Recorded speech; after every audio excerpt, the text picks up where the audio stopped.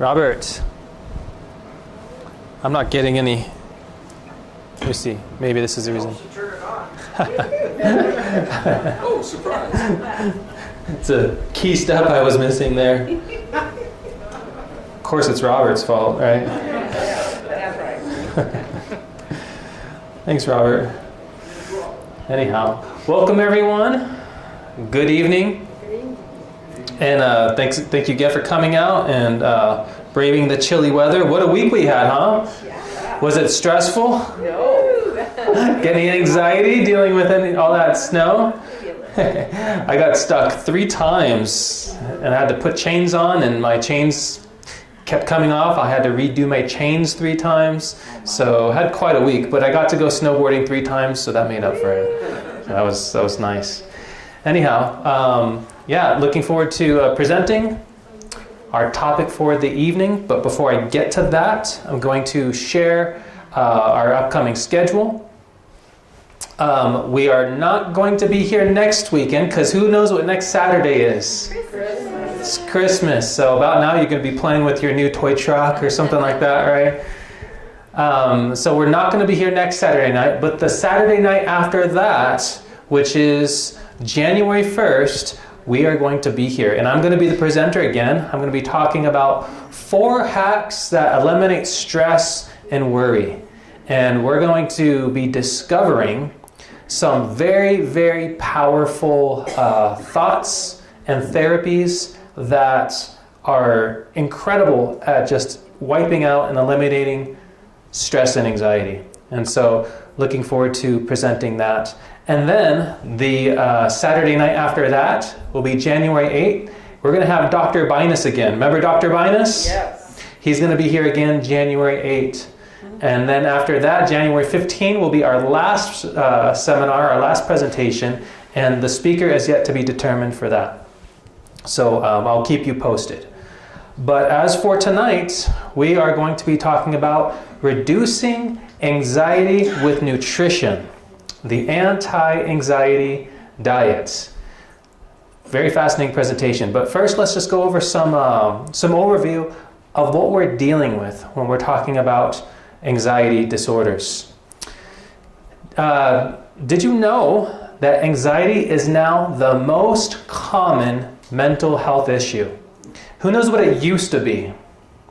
Depression? Yeah, it used to be depression. Anxiety has now surpassed depression in terms of mental health issues. And there are literally millions of people suffer with anxiety. So if you suffer with anxiety, you could be happy to know that you're not alone.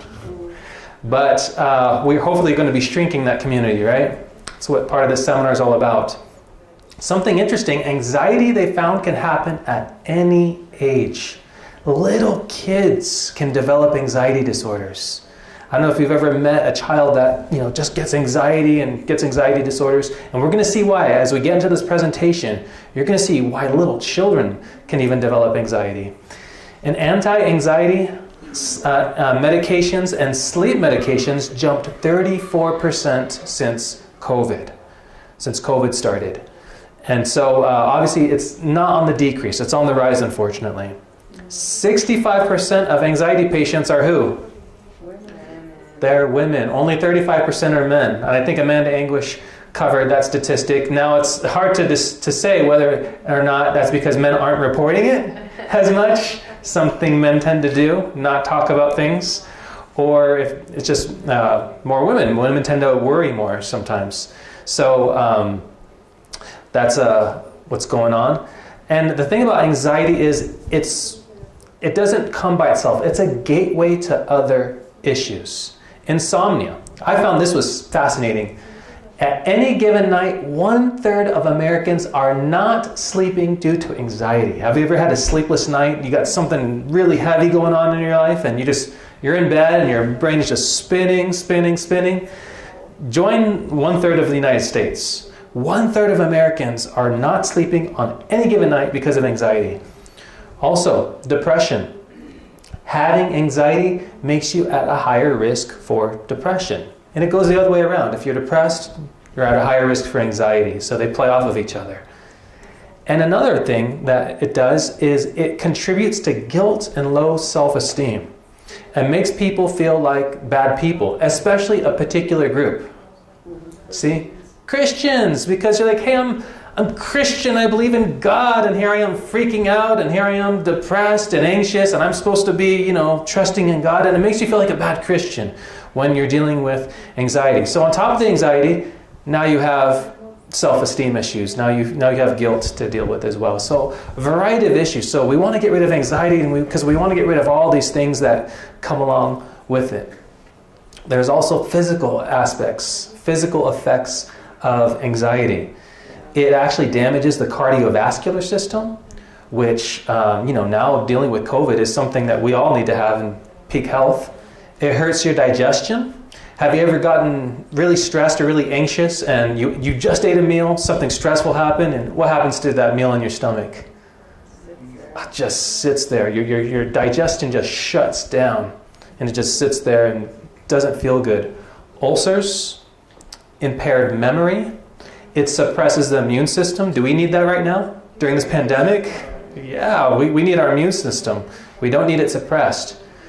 Electrolyte imbalances, and it actually shrinks a part of your brain called the hippocampus. I don't think any part of your brain shrinking is a good thing. What do you think? So no matter what it's called, the hippocampus or whatever, we don't want our brain shrinking.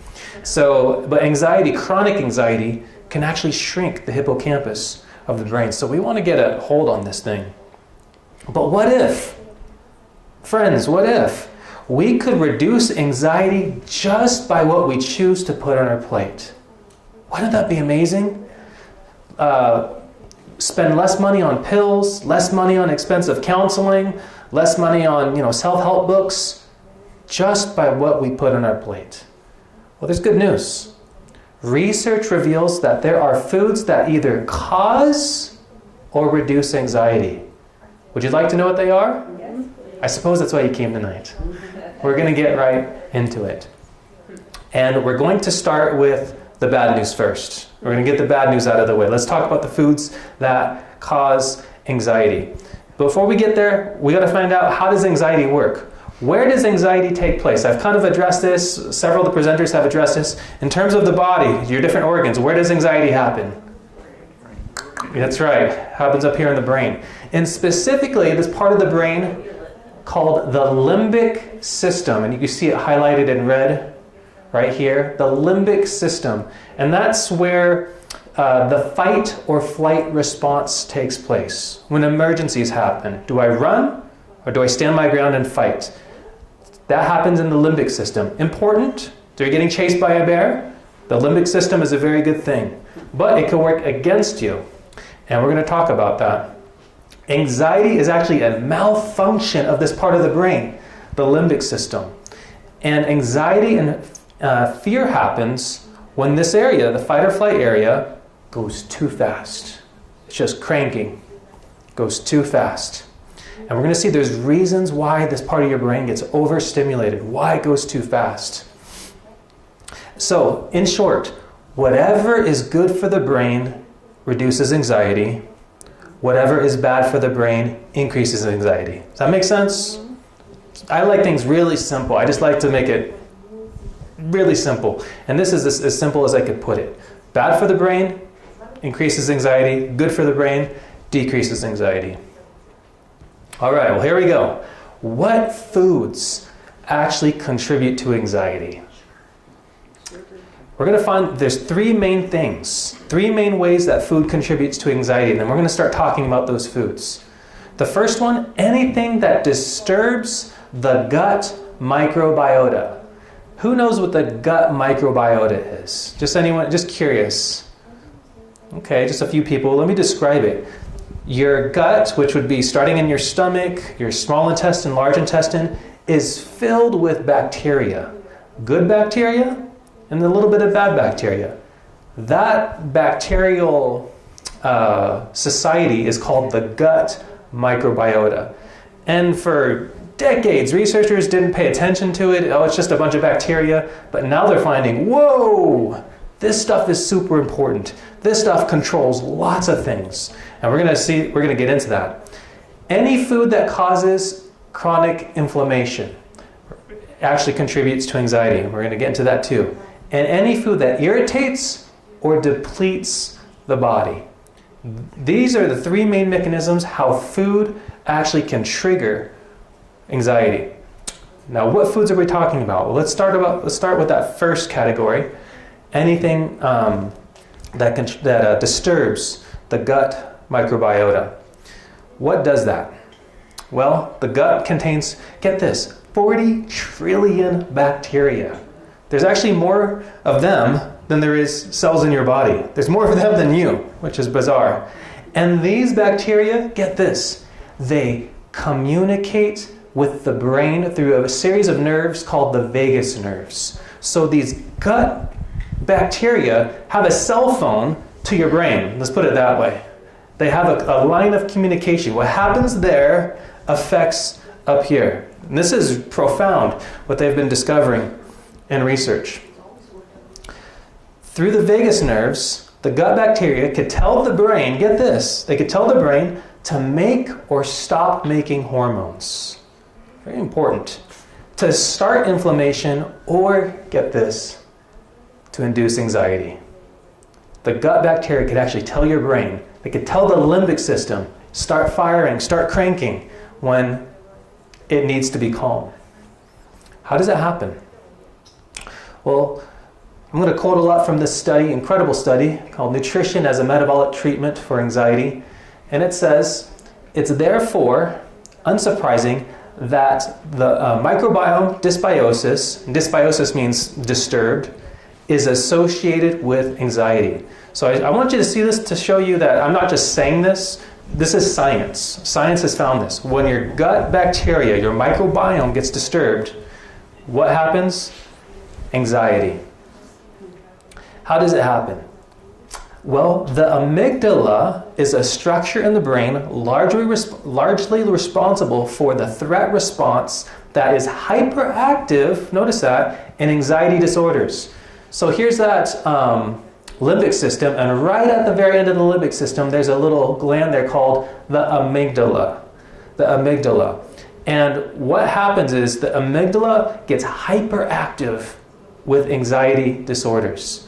And we're going to see that there are foods that set off the amygdala and set you up and prepare you for anxiety. It's important to know what these are. I think that, why isn't this like front page news, right? Like, everyone should know this, but why is this like hidden information where you have to dig through PubMed? It's just amazing. And we're going to see, why are these foods even allowed in our grocery stores? We're going to go, I actually went through the grocery store with my cell phone taking pictures, so we're going to take a trip through the grocery store this evening. All right, so this is how it works. The study, I'll just make it really simple. The study explained this process. We eat a certain food, and after you eat a certain food, it affects the microbiome. It stimulates them in a certain way. And when they get stimulated, they produce something called short-chain fatty acids. They produce something called short-chain fatty acids.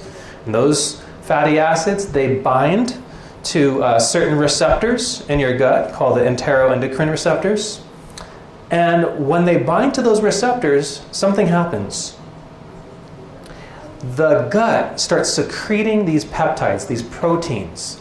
And these proteins, they travel, guess to where? The amygdala. They make it to the brain and they go to the amygdala. And remember, the amygdala, that's the thing that's hyperactive in anxiety disorders. And then what happens? It influences an anxiety response. And so imagine you have a cup. Imagine I have a cup here. And you get anxiety when the cup gets full. Well, if you're eating certain foods, it will fill your cup, let's say 80% full. So if you have a stressor, how much space left do you have for stress? Only like 20%. And so if you have a big stress in your life, your cup's already 80% full, it overflows and we have anxiety.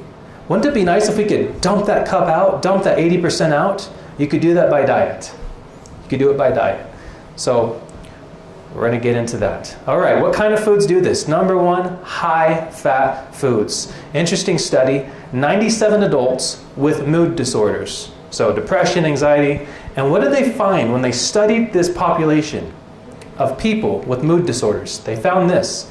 65% of those with anxiety had mild to severe high cholesterol. They had high cholesterol. Strong association with high cholesterol and people with anxiety. Also, these people with mood disorders had greater intakes of high-fat, whole grain products, processed meats, and higher sugar, fat, and salty foods. So we're starting to get a key here of what kind of foods are triggering anxiety disorders. And what didn't they eat? What were these people not eating? Most of them consumed fewer of the recommended servings of grains, vegetables, fruits, and aolinic acid. It's a healthy fat. We'll talk about more. So what were they eating? High fat, lots of sugar, lots of meat, lots of grease. What weren't they eating? Healthy grains, vegetables, fruits, and healthy fats. And so they found a strong association between what these people ate and mood disorders. Now they've done tons of studies on rats. And one study found that 4 months of a high-fat diet, and high-fat, that would be 60% of their calories comes from fat. Did you know some keto diets are up to 80 and 90% fat? Can you believe that? I don't know how these people are surviving. Anyhow, that these rats on a 60% fat diet, it caused anxiety and anhedonic, that word anhedonic, that stands for inability to feel pleasure. Have you heard of a hedonist? Someone who lives for pleasure? That's what I used to be, a hedonist. They're anhedonistic, which means they cannot feel pleasure. Poor rats, poor rats. They had anxiety and they could not feel pleasure. Their behaviors depicted that these rats were not able to feel pleasure. 4 months on a 60% fat diet. It increased their cortisone levels. It also activated their innate immune system. It ramped up their immune system, which could lead to an autoimmune disorder. They had elevated inflammatory cytokines. Those are chemicals that set off inflammation in the body. And it decreased hippocampus volume. Remember the brain shrinking? That's what they find in these rats. 4 months on a high-fat diet, their brain starts shrinking. And also impairs cognitive function. These rats couldn't think straight. They showed behaviors that these poor rats were not thinking straight. And lastly, it increased their vulnerability to depression and anxiety. So they got anxious really easy, they got depressed really easy. Poor rats. Poor rats, but also poor us. A lot of humans are living this lifestyle. 4 months on a high-fat diet. Now, is all fat bad? No, not all fat is bad. There's healthy fats out there. Thank God for that. There's 3 kinds of fats. There's unsaturated fats, saturated fats, and trans fats. And this information, I'm getting it from the Harvard School of Public Health. 3 different kinds of fats. Some are good, some are bad. Well, what are the bad ones, right? Here are the 2 bad fats. Some of the saturated fats, all of the trans fats. We're going to talk about what those are. We're going to go through these. Some of the saturated fats, all of the trans fats. Well, the first one, the unsaturated fats. These are considered the beneficial fats. And we see here avocado, we got some nuts, we got some almonds. And get this, they can improve blood cholesterol levels. How about that? They actually improve cholesterol. Eating fat can improve cholesterol. Did you hear that? Healthy fat. Amazing. Do they cause inflammation? They ease inflammation. Actually reduces inflammation by eating these fats. Stabilize heart rhythms. Unsaturated fats are predominantly found in, guess what kind of foods? Plants, such as vegetable oils, nuts, and seeds. So these are the healthy fats. These are the kind of fats that you want in your diet. Now there's saturated fats, and that's what's found in chicken. Some nuts have small amounts of saturated fats, though much less than is found in, for instance, beef or cheese or ice cream. Saturated fat is mostly found in animal foods, but there are some exceptions. there are some saturated fats that are found in plant foods. There's a few of them. Coconuts, coconut oil, palm kernel oil. The real issue is when these plant oils get heated to really high temperatures. That's when they start getting dangerous. But so some saturated fats, there's some good sources, there's some bad sources.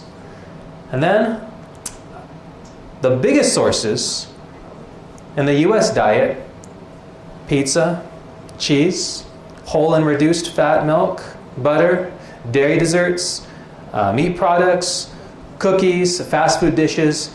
This is where the majority of people who are eating saturated fats, they're not getting it from coconuts or coconut oil. They're getting it from these other sources, these animal-based sources. So notice from this study, the metabolic treatment for anxiety, processed vegetable oils, such as, and I love it when they mention specific things in studies, such as corn oil and soybean oil that contain high levels of omega-6 fatty acids, linoleic acid, are likewise what? Inflammatory. Remember, anything that causes inflammation in your body is going to be problematic for anxiety. Having been stripped of the antioxidants that protect omega-6 fats in whole foods, the linoleic acid in processed vegetable oils incorporates into the cells and tissues throughout the body. It gets oxidized, that means it goes like rancid, and it can initiate a vicious cycle of oxidization. Get this, insulin resistance. So these foods, what disease? Diabetes. Yeah, we're talking about diabetes now. So insulin resistance and inflammation that perpetuates metabolic and inflammatory diseases from, guess where? The gut to the brain. They're talking about that gut-brain connection. You see that in the research? So, processed vegetable oil. So when you're eating corn oil, soybean oil, especially ones that have been heated to really high temperatures, you're generating inflammation in your body that goes from your gut to your brain. So eventually you're causing your brain to become inflamed, or parts of your brain to become inflamed.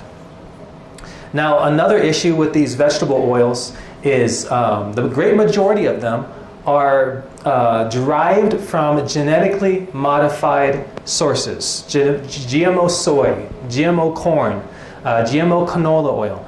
Now, what's a GMO? Stands for genetically modified organism. So the scientists in the lab have gone into the molecular structure of the DNA and actually have tweaked it. And let me tell you, they're putting DNA pieces from pigs, from spiders, from all kinds of things you wouldn't even dream of. I mean, it's really weird, the things that they're doing, and cause them to become resistant to certain pesticides that they want to spray on these plants. It's been very difficult to get these companies, such as Monsanto, such as Bayer, to do studies on their own products. Because why would you want to do a study that would tell everybody that not to buy your product? You know, these are multi-billion-dollar companies we're talking about. It's been very difficult for them to do it. However, there's been a few pioneers in the field. There's this company, you can't see it too well, it's called Institute for Responsible Technology, and they're kind of the whistleblowers on GMOs. They came out with this documentary. I highly recommend you watch this documentary. It's called Secret Ingredients. And we saw it at the premiere. And I want to tell you something amazing. On this documentary, they have on film a child that was taken off of the autistic spectrum. He went from being autistic on the spectrum to not autistic, no longer on the spectrum. They made one change. They eliminated GMOs. He was still eating everything else. I mean, his diet honestly wasn't very healthy, but they just took him off of the GMOs. They show him there talking with the child, his pediatrician. They're like, yeah, you're not testing on the spectrum anymore. Amazing. Autism, friends, just by taking the GMOs away. Anyhow, that's a whole nother topic we can't get into. So if you do see these oils, if they're organic, that's a lot better. That's a lot better. So we'll show you. So this is what we're dealing with. These are the kind of oils. We got the canola oil, soybean oil, the corn oils, and these are the kind of products that are made with these. Inflammation, friends. This is inflammation. These are inflammatory. That goes from the gut and inflames the brain, contributing to anxiety. All right, so here's some radical examples. We have some deep-fried Pop-Tarts. I didn't know that was a thing. Snickers, Three Musketeers, Twix, which before they were deep fried, they weren't health food to begin with, you know what I mean? Deep fried Oreos, deep fried Twinkies, things that if you want to live a short life, you could go ahead and have a healthy serving of those. But, when's the last time you had a deep fried Twinkie? It's not something we eat every day, right? But let's get into some foods that we do eat every day that you might be surprised where we're finding these ingredients. All right, cereal, Honey Bunches of Oats, just one example. What does it have? Canola and soybean oil. And of course it's been heated because it's a crispy product. So we find it in cereal. So you need to learn to start reading labels. Chewy. Everyone loves a Chewy bar, don't they? But what do we got? We got soybean oil. We got soybean oil. And there's so much stuff in there. I'm not talking about the sugar. I'm not talking about the artificial colorings. I'm not talking about any of that stuff. We're just dealing with the oil at this point. But these are filled with all kinds of stuff. And who's eating this? Only adults, right? Are kids eating this stuff? Do you see why anxiety could happen at any age? These heated oils are going in our body. They're irritating our gut bacteria, which is communicating with our brain and setting off the amygdala. And contributing. And kids get a little mild stressor, whoo, they flip out, right? All right, chips. What do we got? More vegetable oils, corn, canola oil, and here's another ingredient, monosodium glutamate, MSG. We're a little bit more familiar with MSG. Who knows what MSG is? Monosodium. It's a neurotoxin. So I don't know why this stuff is allowed in our food. This is why I don't trust the FDA.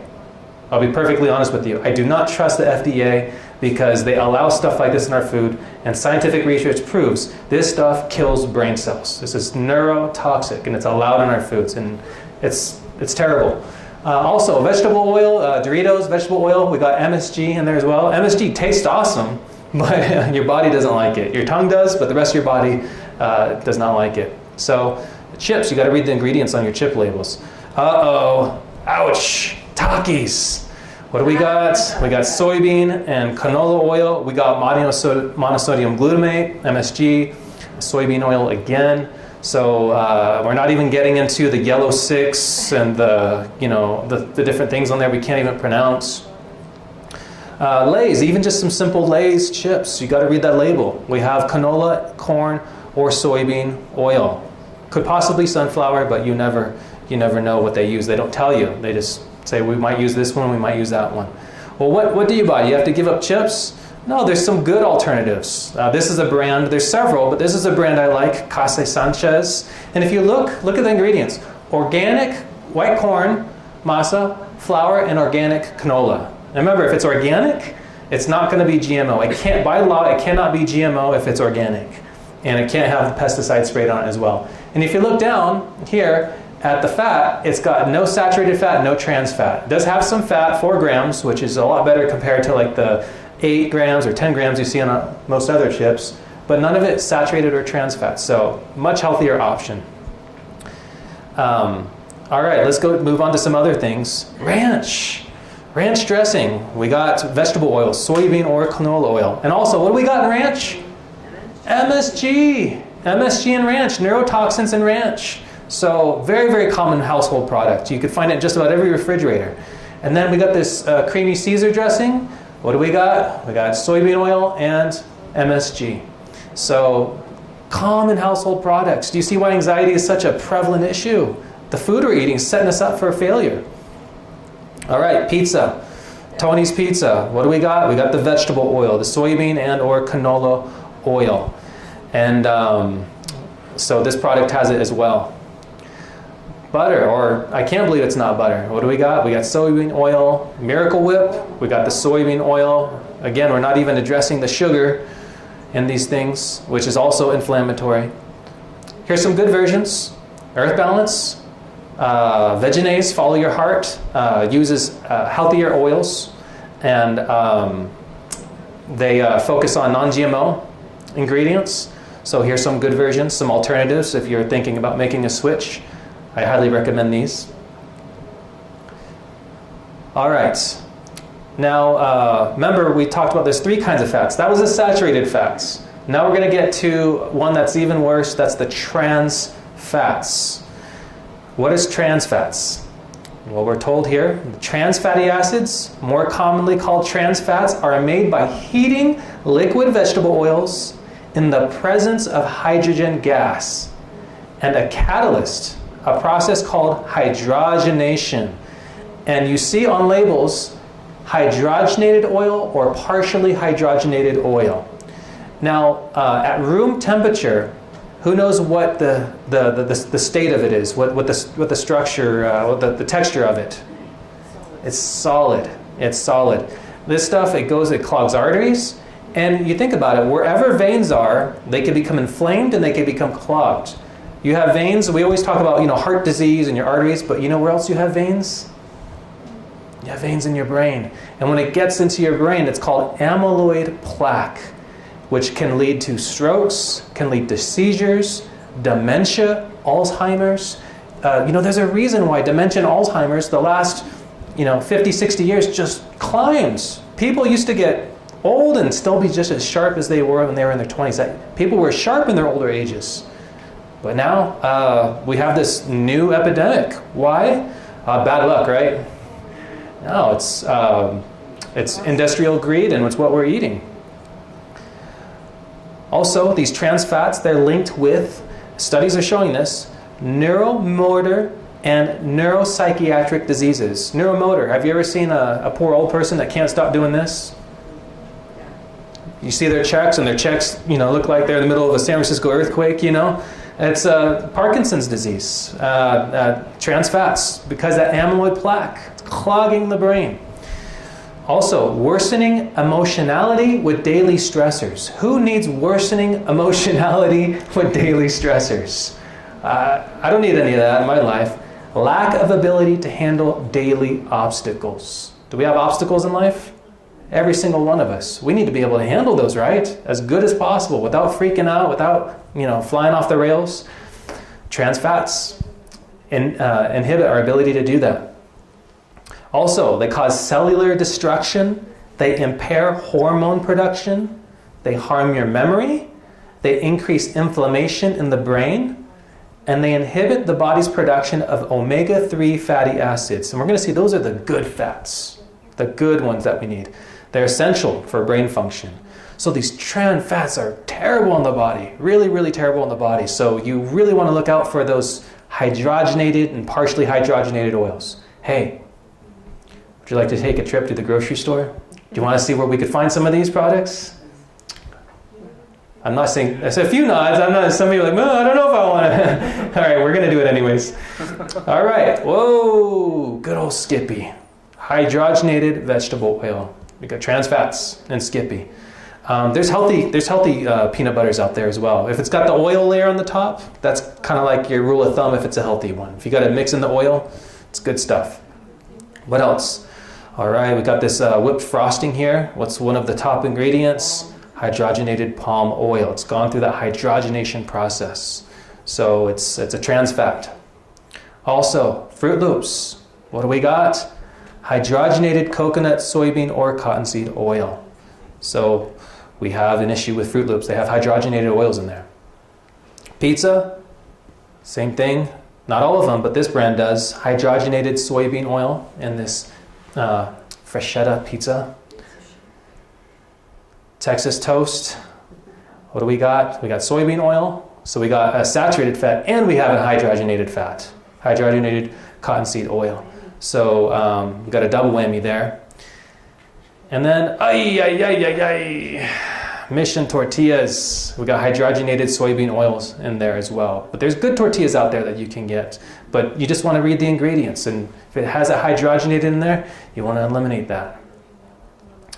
So, foods that induce chronic inflammation. Chronic inflammation is a feature of almost all neurological, neurodegenerative disorders, including what? Anxiety.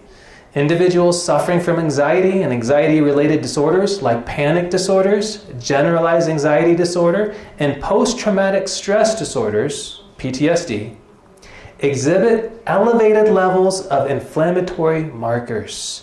in their circulation and cerebral spinal fluid. So they've done tests on these people, and they found in their fluids really high amounts of inflammatory chemicals in there. These cytokines, that's the inflammatory chemicals, contribute to neurotransmitter imbalances. Remember Melissa Frost last Saturday night talked about those? Serotonin, dopamine, glutamate, and GABA. They and can pathologically increase amygdala responsivity. Do you remember what the amygdala did? That's what was hyperactive with anxiety disorders. So anything that causes chronic inflammation, essentially it's going to give you anxiety. It's going to lead to anxiety, I should say it that way. It's going to make your amygdala very responsive, hyper-responsive. So, what kind of foods are we talking about? The menu of inflammatory foods is extensive, but generally includes foods associated with what? The standard American diet, the SAD diet. Holistically speaking, the two most metabolically challenging components of the SAD diet are refined sugars, processed vegetable oils, both of which can contribute to inflammation through a myriad of mechanisms. So they're giving us some foods to watch out for. Again, those processed heated vegetable oils, we already talked about those, but they throw sugar in there. Well, sugar, that's kind of a general category, right? Are we talking about honey? Are we talking about dates, raisins? What are we talking about? Well, here's one that they nail on the button. I'm so glad that there's some honest scientists out there that we have this information. To mention a few illustrative points, refined sugars in particular, high-fructose corn syrup. Who's heard of high-fructose corn syrup? That stuff is very toxic. What does it contribute to? De novo lipogenesis. And so that's it says a pro-inflammatory visceral fat. Visceral fat, that's the fat that gets attached to organs and can even be composed organs. And fructose now comprises 10% of caloric intake in the United States. It's quite high. Sugar also attaches to molecules throughout the body to generate inflammatory advanced glycogen end products. Let's just call them AGEs. They're not good. It has even been demonstrated that sugar can increase the production of AGEs in the brain, and that these AGEs, what does it do? Increases neuroinflammation. Neuroinflammation, and contributes to metabolic diseases. What's neuroinflammation? Let me show you a picture. That's neuroinflammation. Your brain's on fire.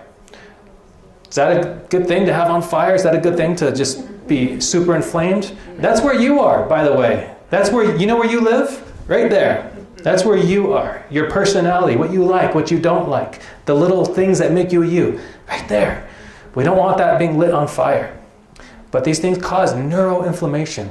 Well, where do we find high fructose corn syrup? Everything. Everywhere. A1, high fructose corn syrup. Sweet Baby Ray's barbecue sauce, high fructose corn syrup. Heinz, what a popular product. Just regular ketchup, what has it got? High fructose corn syrup. There's some without, so you just got to read labels.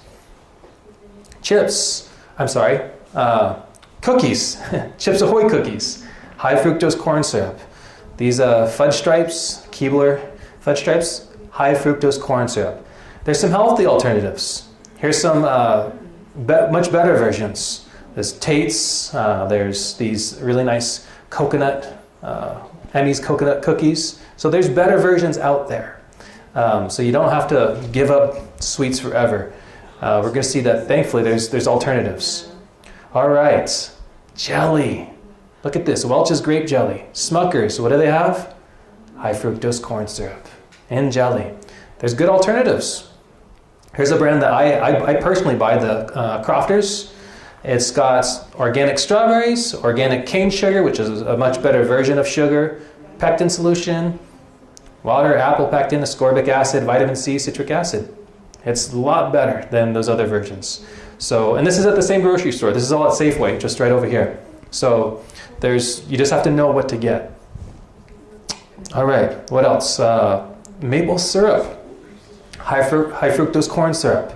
these TGI Fridays poppers. We have soybean oil and high fructose corn syrup.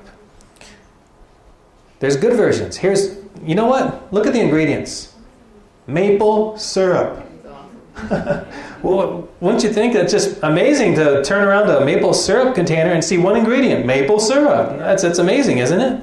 That's a Safeway Yeah. brand. Yeah, it is a Safeway brand, so this is a good healthy alternative. Also, Pop-Tarts, high fructose corn syrup, and then also we got the saturated heated oils, the soybean and palm oil. Ritz crackers, high fructose corn syrup. And this maybe is not so much of a surprise. Sodas loaded with high fructose corn syrup, as well as several other things. So soda, it's inflammatory. All right, here's another category. Leaving the high fructose corn syrup, there's another thing. Artificial sweeteners have been associated with neuropsychiatric problems, including what? Including anxiety. So what are we talking about here? These artificial sweeteners to animals has been shown to precipitate anxiety. So they actually showed in animal studies that these animals get anxiety when they feed them this stuff. The axatolic effects of sweeteners are likely mediated by their adverse impacts on, guess what? The microbiome and inflammation. Remember what we talked about? Whatever disturbs that gut bacteria, whatever causes inflammation in the body, leads to anxiety. It's exactly what they found in these animal studies with artificial sweeteners. And they tell you which sweeteners to watch out for. Predominantly, the sweetener aspartame, found under the trade names Equal and NutraSweet. Have you heard of these? Equal, NutraSweet. Remember the restaurant? You go to Denny's and it'd be there in these little pink packets, and my grandma would always put them in her coffee, and we had no idea. She was inducing anxiety, and you know she worries a lot. So, and they found in diet drinks. You're like, oh, I'm going to go on a diet. You get Diet Coke instead of Coke. You feel so good about yourself. But what are you getting? They got you there as well. Something else that induces inflammation, alters your microbiome, causes anxiety. So where do we find this? I was shocked at this one. Snapple. Diet Snapple. What do we got? Aspartame. Gatorade. I remember I was playing sports with a friend, and he's like, hey man, I got some Gatorade. You need to replace your electrolytes. I'm like, no man, I'm good. He's like, why wouldn't you want some Gatorade? And I thought about it. I'm like, how do I say this tactfully? It has neurotoxins. And he's like, oh, okay. So what else? We have sugar-free maple syrup. This one's loaded with several different versions of these artificial sweeteners. Dr. Pepper, Diet Dr. Pepper. It's got aspartame. What else? All right, these I was surprised. These popsicles, look at it. Bam, bam, bam, bam, bam, bam. Which is loaded with these artificial sweeteners, these popsicles. And who's eating this category of food mostly? Kids. It's little kids. Is there any reason why our kids go to school, they can't concentrate, they can't handle their emotions, they're struggling? It's what they're getting. A lot of it has to do with what they're getting fed. Mountain Dew, it's also got an artificial sweetener in there. Replace it with two really good sources: stevia and erythritol. They're actually not a calorie. They don't add calories. They're not actual sugars. They just taste sweet. They trick your tongue into tasting sweet. This one actually comes from a leaf. It comes from a plant called the stevia plant. And erythritol is similar. I can't remember where erythritol is derived from, but it's a much better alternative. If you don't want to use sugar, you want like a 0-calorie sugar, use one of these two right here. Much better. All right, another food that causes anxiety, gluten. Gluten has been linked with anxiety. Not everyone has a gluten issue, but some people do, and some people do that don't know that they do. And we're going to talk about how you can understand. But this is from a study here. Gluten can induce inflammation by causing leaky gut. Who's heard of leaky gut? Just curious. A phrase that's going around more. We're going to talk about what that is. Gluten proteins, which increase zonulin expression, which increase gut permeability. Something's permeable, it doesn't contain things, it leaks. Thereafter, immune-stimulating compounds like LPS, that's a very toxic compound, leak from the gut into the bloodstream, leading to inflammation. So the inside of your gut, it's lined, this is artist rendition, it's lined with these tiny little finger-like projections called villi. And these villi, that makes up the walls. And they take in nutrients and they keep out toxins. It's like a little, like a castle wall of protection, because whatever gets past this gets to your blood. And your blood is the freeway system of your body. And it goes everywhere, including your brain. And these little villi, however, can get damaged. And what they find here is, here's what normal villi look like, really taut and stout and thick. And here's damaged villi. You see the difference between these two? And this is what someone who had celiac, which is really severe gluten allergy, would look like. It's just totally flattened. And the gut gets leaky. The gut gets leaky. And when someone has a gluten allergy, what happens is when the wheat comes into the intestine, 80% of your immune system is actually lined around your intestine. It's just there, waiting to see, did this guy feed me anything toxic today? Because we want to go after it if he did. And when the wheat protein, gluten is a protein in wheat that typically people have a problem with. When it comes in, it decides it doesn't like it for one reason or another, it starts attacking it. Well, guess what? Some of the proteins, the gluten proteins, look very, very similar to the proteins on the wall of your small intestine. And so it'll attack the gluten and it'll look at your intestinal wall, it'll look at your villi and say, hey, that looks similar. Let's attack that too. And so this attack results in this. And then a leaky gut. And remember, this is supposed to be like a fortress wall to keep bad stuff out of your blood. But what happens? See, as we progress here, they're supposed to be really nice and close and plump and next to each other. We start getting inflammation, and then they start getting leaky. They start getting gaps. And all kinds of stuff, medications, GMOs, chemicals, viruses, bacteria, where does it go? Right there into the freeway system of your body, right into your bloodstream. And that can lead to a whole host of issues. So how do you know if you have a problem with gluten? How do you know if you're allergic to it? Well, anyone with an autoimmune disease, 99% of the time is going to have a gluten issue. Anyone with an autoimmune disease. But also, if after eating gluten, you feel bloating, you feel abdomen pain after eating wheat products, that's usually a sign. If after eating gluten, you get fatigue, you get brain fog, you get rashes, you get joint pain, these are all signs that you probably have a gluten allergy, that your body is not appreciating gluten. Some people do, some people don't. Unfortunately, it's a growing community, and there's reasons behind that. The bread we're eating today is different than the bread we had 20, 30 years ago. A whole nother topic I don't have time to get into. But it goes on to say that certain proteins are overexpressed in celiac disease, which is a really bad gluten intolerance. And notice what's associated with it. Social phobias, panic disorder, and other forms of anxiety. And also, it's been linked to autism, attention deficit hyperactivity disorder, and schizophrenia. Some people who are schizophrenic could benefit just by stop eating gluten. Isn't that amazing? So they found in a study that gluten elimination could be an effective treatment for mood disorders in individuals with gluten-related disorders. And that people on a gluten-free diet significantly improved depressive symptom scores. Again, not everyone's allergic to gluten, but the people that are, they really benefit when they go off this stuff. And there was a tendency towards worsening symptoms, notice, for non-celiac gluten-sensitive patients. So people without celiac disease, just normal people like you or like me, they even did, their symptoms worsened when they ate gluten versus the placebo group. So here's some gluten-free alternatives. My personal favorite, Simple Mills crackers. I could eat these all day. I went to Costco. I bought 10 boxes of these. Mary's crackers, these Hugh crackers, Lackey crackers. I have a treat for you. These three are out on the table right there for sampling. There's a bowl. After this is over, please feel free to go out there and help yourself to some of these gluten-free crackers to give them a shot. See how you like them. Also, there's gluten-free alternative breads. We got this Udi's brand. My personal favorite, kind of dark, Happy Campers. you find it in stores once in a while. I order mine online. It's the gluten-free bread that actually tastes like bread. And so that's the one I get. Then we have this one here, which is the, I made it too small. I can't even tell what the brand is.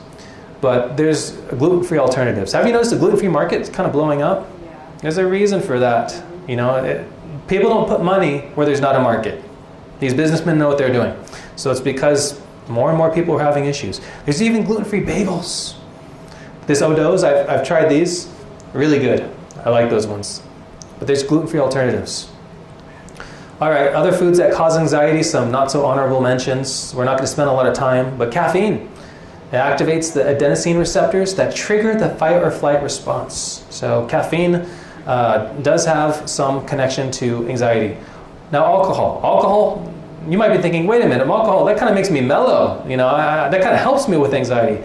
Well, it dehydrates you, it contributes to poor sleep, and it depletes B vitamins. B vitamins are necessary for brain function. So it may initially be making you feel better, but in the long run, it might actually be contributing to anxiety. And also meat products, they have a high amount of certain amino acids that block serotonin. And every medical professional knows low serotonin means depression. So meat products tend to do that. We're not going to get into those. Let's get to the good news, all right? We've had a lot of bad news, haven't we? What foods should we eat? What are the